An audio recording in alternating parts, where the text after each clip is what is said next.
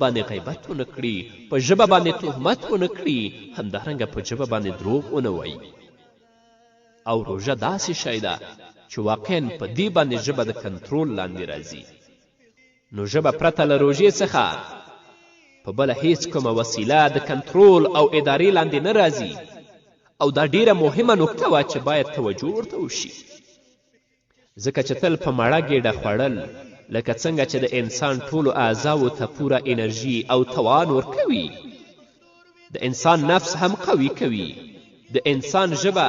د نفسانی قوت تر اغیزې لاندې د خپل ټول ځواک سره په حرکت کې راځي او د انسان له ادارې او کنترول څخه خارجیږي. او څرنګه چې ژبه یوازینۍ وسیله ده چې د انسان د نفسانی احساس او انګیرنو څخه خبرې کوي او د هغې حقیقت تعبیروي، نو په دې اساس په هر اندازه چې انسانی نفس د الله تعالی د لارې څخه لرې وي، په هماغه اندازه د هغه اغیزې د انسان په ژبه، حرکتونو، اخلاقو او عمل کې څرګندیږي. د غذا او خوراک څخه ځینې وخت د نفس منع کول د هغې د ضعف او کمزوري سبب ګرځي او نه یې پرېږدي چې په هره غلطه لاره قدم کیږدي. په دې ترتیب په یو کامل ریاضت کې ځان نیسي او نیغې لارې ته برابریږي. او دا د روژې تر ټولو ستره عملي اغیزه ده چې د دې مظهر له ناوړه عملونو څخه د انساني نفس ځان ساتل دي، لکه چې محمد رسول الله صلی الله علیه وسلم فرمایلی: عن ابي هريره رضی الله عنه قال قال رسول الله صلى الله عليه وسلم: من لم يدع قول الزور والعمل به فليس لله حاجة في أن يدع طعامه وشرابه. رواه البخاري.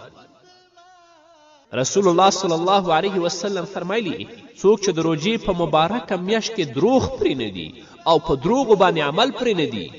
نو الله رب العزت دې ته حاجت نه لري چې هغه خوراک او څښاک نه کوي. یعنی روژه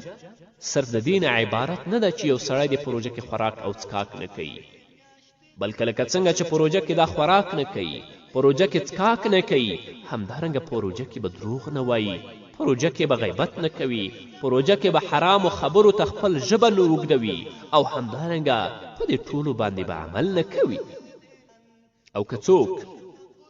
په ګېډه باندې وږی او تږی وي خو د خپل ژبه له دروغو نه وي منع کړي، خپله ژبه د حرامې وینا نه وي منع کړي، او د حرام عمل نه د خپل غړي او اعضا نه وي منع کړي، نو هغه لپاره د روژې نه کم ثواب نشته مګر صرف دا چې د هغه ګېډه به وږې او تږې وي. لکه چې محمد رسول الله صلی الله علیه وسلم فرمایلی دي: عن ابي هريره رضی الله عنه قال قال رسول الله صلى الله عليه وسلم: رب صائم ليس له من صيامه إلا الجوع ورب قائم ليس له من قيامه إلا السحر. رواه ابن ماجه. حضرت ابی هریره رضی الله عنه فرمایی چې رسول الله صلی الله علیه وسلم وفرمایل: ډیر روژه نیونکي داسې دي چې د روژې څخه ورته یوازې تنده رسیږي، او ډیر د شپې لمونځ کوونکي داسې دي چې د خپل قیام څخه یوازې بېخوبي ورته رسیږي. هغه څوک چې روژه نیسي،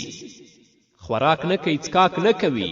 خو نه غیبت پرېږدي، نه دروغ پرېږدي، نه ناوړه خبرې پرېږدي، او نه حرام اوریدل پرېږدي، نه حرامو ته کتل پرېږدي، نو هغه لپاره د روژې نه کومه ګټه نشته مګر صرف دا چې هغه به وږی او تږی وي. او هغه انسان چې ټوله شپه د الله په عبادت او د الله په طاعت کې مصروف او مشغوله وي، لکن د هغه مقصود د الله رب العزت رضا نه وي، هغه په خپل عبادت کې اخلاص او صداقت نه لري، د هغه مقصود ریا او سمعت وي، نو هغه لپاره د دې مانځه نه کوم اجر و ثواب نشته. رسول الله وایي: الا السحر، مګر دا چې هغه به ستړی او ستومانه وي، بېخوبه به وي. نو الله رب العزت دې موږ ته توفیق راکړي چې د روژې آداب، د روژې شرایط، د روژې احکام ټول مراعت کړو، او کومه عبادت یا په ورځ کې یا په شپه کې چې کوو، زموږ مقصود په هغه کې د الله رضا وي، د الله رب العزت خوشحالول وي، او زموږ عبادت د الله لپاره وي چې الله رب العزت موږ د خپل عبادت نه بې برخې نه کړي.